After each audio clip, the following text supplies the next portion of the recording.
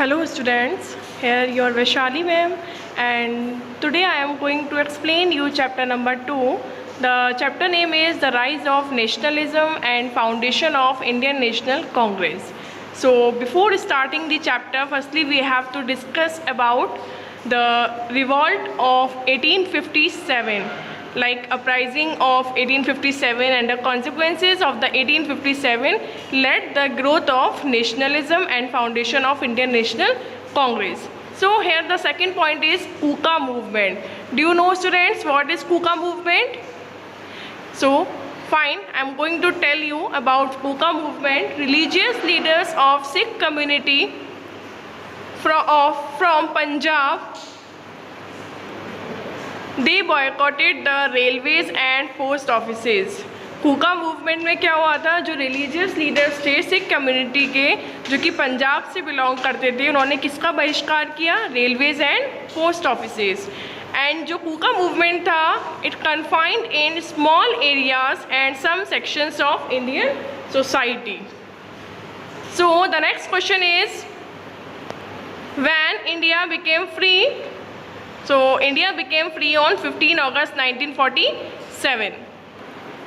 Next, the other question arises in our mind, what is nationalism? So nationalism is a feeling of togetherness, feeling of oneness for the better nation.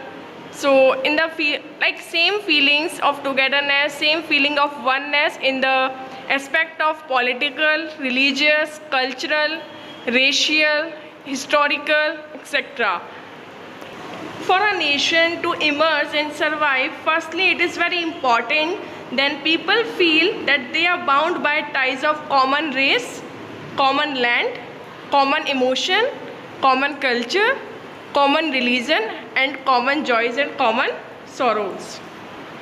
There are so many factors which combine to create a strong reaction to British policies and promote a sense of shared or common struggle against this. Awake and systematic efforts also made to awake nationalist feeling among the people. After this, factors that prompted the growth of nationalism are as under. The first factor is economic exploitation. So in the first point, collected land revenues without looking welfare of peasants. Second is the Britishers exploited Indian agricultural production by shipping raw material to England at a cheap rate, and after then the finished goods produced in England were supplied to India, and this one also destroyed the Indian cottage industry and increased unemployment in the country which is India. Next is the workers who were working in factories were exploited by the owner of the factory. And who was the owner? Owner is the generally related with the Englishman. Englishman means Britishers. And the Britishers also neglected the welfare activities in the areas such as education, irrigation, health services also. The last but not the least point is during the time of epidemics, the government did not help to anyone, and the Indians realized that without unity there would always be exploitation by the Britishers. Impoverishment of peasants. So the British rule in India, it also hit the Indian peasants very badly by charging land revenue which the farmers found difficult to pay. The British made them terribly poor. After then, the Britishers created a class of zamindars and who collected rents and paid it to the government after keeping their own share. And this one also make the Indian cultural became uneconomical. After then, the second point is change the landlords. So Britishers also changed the landlords. So before the arrival of Britishers in India, moneylender could not charge very high interest for his money. And no land could be transferred to him if a farmer failed to pay back the loan. But under the new landlords of the Britishers, a moneylender could charge a high rate of interest, and he could also get the land transferred to him if the farmer is not able to pay back the loan. as people were largely illiterate, they were not educated, and the moneylender who was literate, so they were taking advantage of their position. Next is hunger and poverty. So there was no other work available for the peasants. If he cultivated the land, a number of people would exploit him in the means of charging land revenue, high taxes, and if he did not till the land, he would die of hunger and poverty. So they were not having any option, and finally they have to pay to the moneylender also. And the British land policies and the greed of the moneylenders finally uprooted the peasants and broke down their economy. The artisans had no patrons. Patrons means कि उनके पास पैसा लगाने के लिए लोग नहीं थे. Next is craftsmen. They were not having any work, and the farmers are having not any return. Return means they didn't receive any profit. And India quickly became the poorest country in the part of the world, and the village economy broke down completely. Next is industrial stagnation. Stagnation means situation remains same and does not grow. So the first is the British economic policy in India not only affected the peasants by economic exploitation and impoverishment of peasants, but it also brought about industrial stagnation. So Britishers hardly made any attempt to revive or promote Indian industries. The Indian government were also in the favor of British industrialists, and they monopolized jute, tea and coffee. Monopolized, you guys are easily able to understand the meaning of monopolize, taking something in their own control. Next is large tea and coffee estates were purchased by British farmers, and the Britishers used Indian laborers at very cheaper rates. They paid them very low salary. Workers had no rights, they were exploited, and this condition remains same for the long time. And in the last, people came to the conclusion that the real cause of their poverty was the British rule in India. Next factor that prompted the growth of nationalism is British apathy to famine. Apathy means not concerned about something. So the first point is famine of Orissa. There was a terrible famine in Orissa in which lakhs of people died, but the British government did not take proper steps to prevent deaths by disease and starvation. Starvation means bhukmari, and it affected Madras, Mysore, Bombay and southern and southwestern parts. After then, the next is famine of Bengal. So the Bengal famine of 1943, it killed about 35 lakh people, and the worst feature of this famine was that they were human made, and famines means big gains to government and the greedy business persons. In this famine, food grains were hoarded. Hoarded means like storage, and sold at prices which the poor could not afford. उसको इतने महंगे दामों में उसे बेचा जा रहा था अनाज को कि जो गरीब लोग थे उसको अफोर्ड नहीं कर पा रहे थे. During natural calamities, the Britishers remained aloof. Aloof means अलग रहना. Disinterested, उन्होंने कोई इंटरेस्ट नहीं लिया, and unconcerned, बेपरवाह. Next factor is influence of Western education. So the Britishers introduced Western education in India through the medium of English to serve their administration and political responsibilities. They wanted to train petty clerks. Petty means small clerks to run their administration. They wanted to foster their culture. Foster means बढ़ावा देना, and win the goodwill of educated Indians. But the introduction of Western education produced results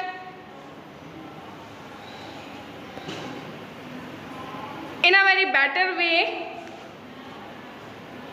It gave the educated Indians a rational, secular, democratic and national outlook. The slogan of equality, liberty and fraternity of the French Revolution and the American War of Independence impressed Indians. After then, through the means of Western education, the Indians are easily able to exchange their ideas, their thoughts, their views. With the help of Western education, Indians were easily able to understand the history of Britishers like King Charles I and King Charles II. And the Indian Civil Service exam was held only in England, and it was almost impossible for any Indian to sit for the competitive exam. They reduced the age for the examination from 21 to 19, and it made it more difficult for Indians to compete with the Britishers in a foreign language. Next is racial pride of the rulers and policy of discrimination. So the Britishers were feeling proud of their race and culture. Race in the sense is they were white persons, and they did not mix freely with the Indians. Indians were kept out of European clubs and could not travel with the Britishers in the same compartment of train. Next is, even in the matter of justice also, the Europeans were given special treatment. How? Indians were tried in ordinary courts in the matter of justice, while the Europeans had separate courts. And Indians were given so many penalties even for minor offenses also, but the Britishers were lightly punished for grave offenses. Means Indians अगर छोटा सा crime करते थे तो उन्हें बहुत ज़्यादा penalty देनी पड़ती थी, but on the other hand Britishers का कितना भी ग्रेव ऑफेंस हो, मीन्स कितना भी बड़ा क्राइम हो, they were lightly punished. Now next is, as I already discussed in the previous topic, like all promotions to high posts were reserved only for Britishers, and even in the army also there was a separate pay scale for Indian sepoys and British soldiers. Means army में भी Britishers के लिए अलग salary थी and Indians की अलग salary थी. And Britishers soldiers was paid 8 times of the salary of an Indian soldier. जो Britishers की सैलरी थी और Indians की जो सैलरी थी, जो Britishers की सैलरी 8 टाइम ज़्यादा थी किसकी सैलरी से?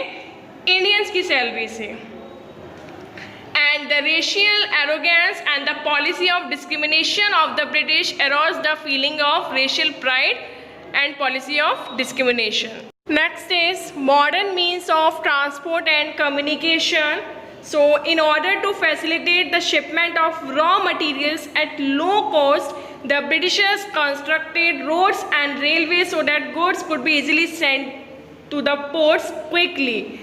They built network of roads and railways to promote their own commercial interest in India, because they purchased raw material at low cost from India and they made finished goods in England and earn more and more profit. After then, the first railway line between Bombay and Thane, it was Lord Dalhousie who promoted railway construction in India. So here a question arises, who promoted railway construction in India? It is Lord Dalhousie. And by 1905, railway lines had been laid over 45,000 kilometers, and the railways benefit the British administration and its business also. But here, Indian goods and passengers were discriminated, they were banned, only Europeans were allowed to travel in the first coach of the railways. With the help of railways, young persons from India went abroad, went Europe and saw how people live in a democratic nation. So they had an opportunity to study the functions of democratic and free institution in independent nations in Europe. One more point here, introduction of postal system. So people could not always travel to communicate with one another. Now they could communicate by sending and receiving letters through postal services. They can they began to share their views with their fellow countrymen. Now, the role of press and Indian literature is one of the most important factors that prompted the growth of nationalism. So, the press and the newspaper enabled people to be informed and educated. They provide each and every information related to the Britishers, to the Indians, and aroused feeling of nationalism.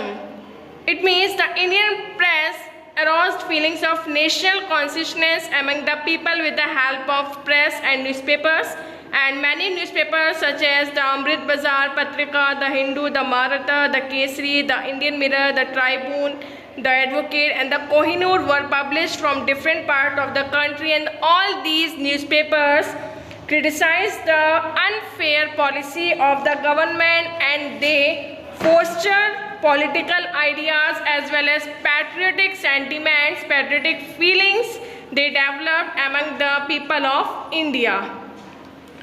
Now, so many writers were there such as Bankim Chand Chatterjee, Rabindranath Tagore, Bharatendu Harishchandra. They also played an important role in promoting national feeling among the Indians and preparing them for national struggle.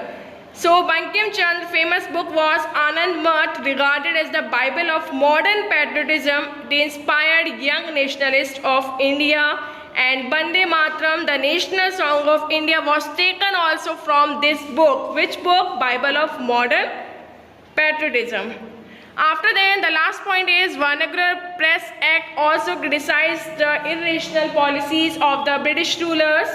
According to this, Lord Lytton passed the Vernacular Press Act in 1878, and according to this act, the vernacular papers could not publish any material which is related to the feelings of dissatisfaction against the government, and it caused dissatisfaction among the Indians, and this act was repealed means removed by Lord Ripon in 1882. Next is rediscovery of India's past. So in this point, the Britishers did not consider Indians to be mature and civilized to rule themselves, and this caused a demoralizing effect on Indian psychology, and after this Indians lose their sense of self-confidence, and the work of William Jones, Max Muller, John Marshall, and M.G. Renade made Indians realize their rich cultural heritage, and after this Indians became proud of their ancient art, architecture, literature, and philosophy. This rediscovery of India's past roused the feeling of self-confidence, patriotism, and nationalism among the people, and whose work made the Indians realize about their rich cultural heritage?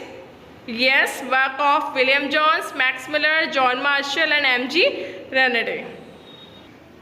Now, rise of middle class. So the middle class Indians consist of comprising of businessmen and industrialists, and they could not progress in life. Why?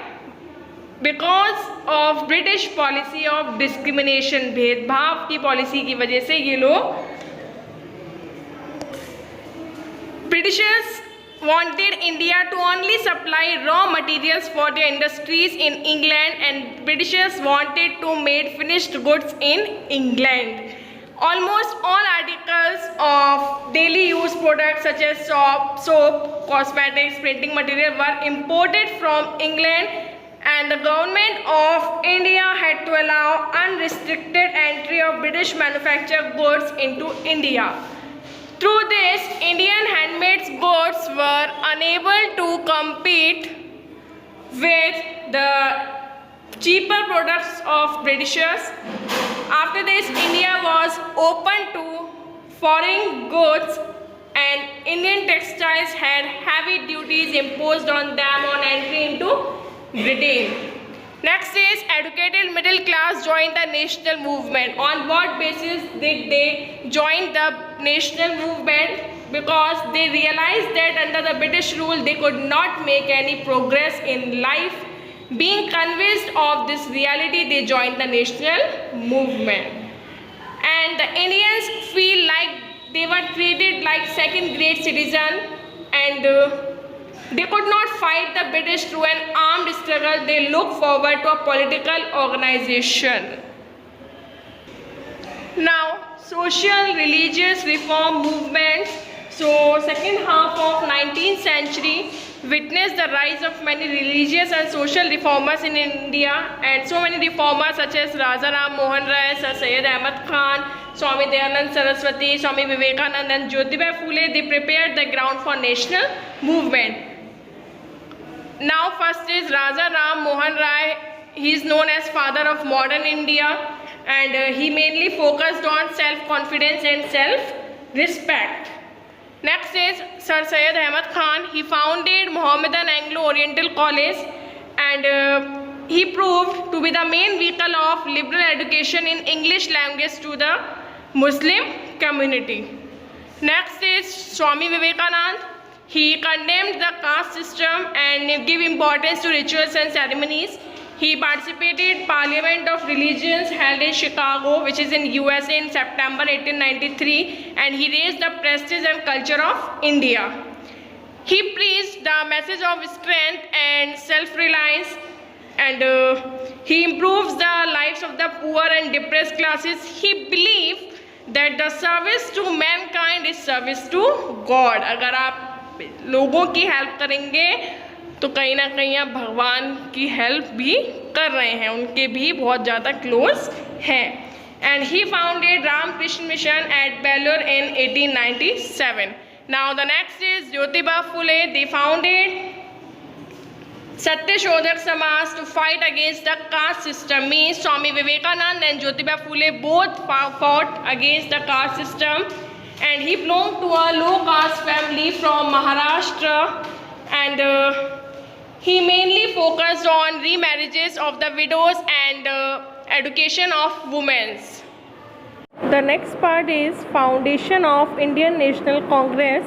So second half of 19th century was the formation of various political associations which were born out of nationalism and political consciousness, and such organization emerged in different parts of the country, but they had a common objective, which means unite the people for a common cause and to make them conscious of the ills prevalent under the British rule. Means उनका जो aim था, objective था, वो same था, और वो किसके against थे? Britishers के. These organizations were local or sectional in character. The first one is early association. So the earliest political organization formed in India was the Landholder Society, which was founded in 1838. And what was that aim? Its aim was to safeguard the interest of landlord of Bengal, Bihar and Orissa. Similarly, associations such as Bombay Association, Madras Native Association, they were found in 1852, and the aims of both these association means Bombay Association and Madras Native Association was to make reforms in administration and to encourage educational activities. Now in 1870, the Pune Sarvajanik Sabha was founded by nationalists of Pune under the leadership of Justice Renade. And what was its objective? To arouse the public opinion and focus the attention of government on the economic hardships of the people. Kindly mention this point. Its objective was to arouse public opinion and focus the attention of government on the economic hardships of the people. Next is East India Association, Dadabhai Naoroji. He was the great grand old man of India and made England the center of his political activities. And in 1866, he organized the East India Association where in London, and he thought that the British were basically just and fair. He thought this thing, but through his association, he wanted to make them conscious of the grievances of the Indian people so that they could find a remedy for their ill. Dadabhai Naoroji was one of the popular leader of India. He was an economic thinker also, and he articulated this through his reign of wealth theory. He declared that the single cause for India poverty were the faulty economic policies, which we already discussed in economic exploitation paragraph. Next is Indian Association of Calcutta, which was founded in 1876 by Surendranath Banerjee, and Its main objective were to create public opinion on political matters and to evolve a common political program. And their demands were reform in the Indian Civil Service Examination means, which I already informed you, like their age for appearing in the ICS examination was reduced from 21 to 19 years, so that was their demand. And the repeal of Arms Act, repeal of Vernacular Press Act, because Vernacular Press Act was removed by Lord Ripon in 1882. Next is protection of rights of tenants against landholder and the British planters. Come to the main point, Indian National Congress, which was founded in 1885, and educated Indians all over the country felt that the need for an all India political party to fight for the rights of people. Who think this thing? Educated Indians. And one of them, Alan Octavian Hume, means A.O. Hume, a retired civil service servant, he floated the idea of launching an all India party. ये idea किससे आया था? A.O. Hume से. He was supported by Indian nationalists. He circulated a letter addressed to the graduates of Calcutta University on 1st March 1883. उसने एक letter circulate किया graduates जो थे कैलकाटा यूनिवर्सिटी के, जो ग्रेजुएशन कर रहे थे, कब? 1st March 1883, regarding the formation of which organization? All India Party, that would work for the material, moral and political advance of the people in India. And this idea come to the terms with political reality of the emergence of educated Indians and to provide the grievances of this class and make efforts to satisfy their ambitions. Now in 1884, A.O. Hume laid the foundation of Indian National Congress Union, but Dadabhai Naoroji suggests the name of union was changed to Indian National Congress. Now aims and objective on the Indian National Congress. So the Congress was found as an organization of educated persons such as teachers, professors, lawyers, medical men and businessmen. And firstly, in the beginning, their aim was to get Indians recruited to higher position in the civil services under the British administration. वो चाहते थे कि British administration के under में जो Indians हैं उनको high positions पर रिक्रूट किया जाए, उनको अपॉइंट किया जाए. And so many aims and objectives of Congress by the President of its inaugural session, W.C. Banerjee, was first क्या था? Promotion of close relation between nationalistic workers from different parts of country, development of feeling of national unity irrespective of caste, religion or province means prant, formulation of popular demands and their presentation before the government, and the last is training and organization of public opinion in the country.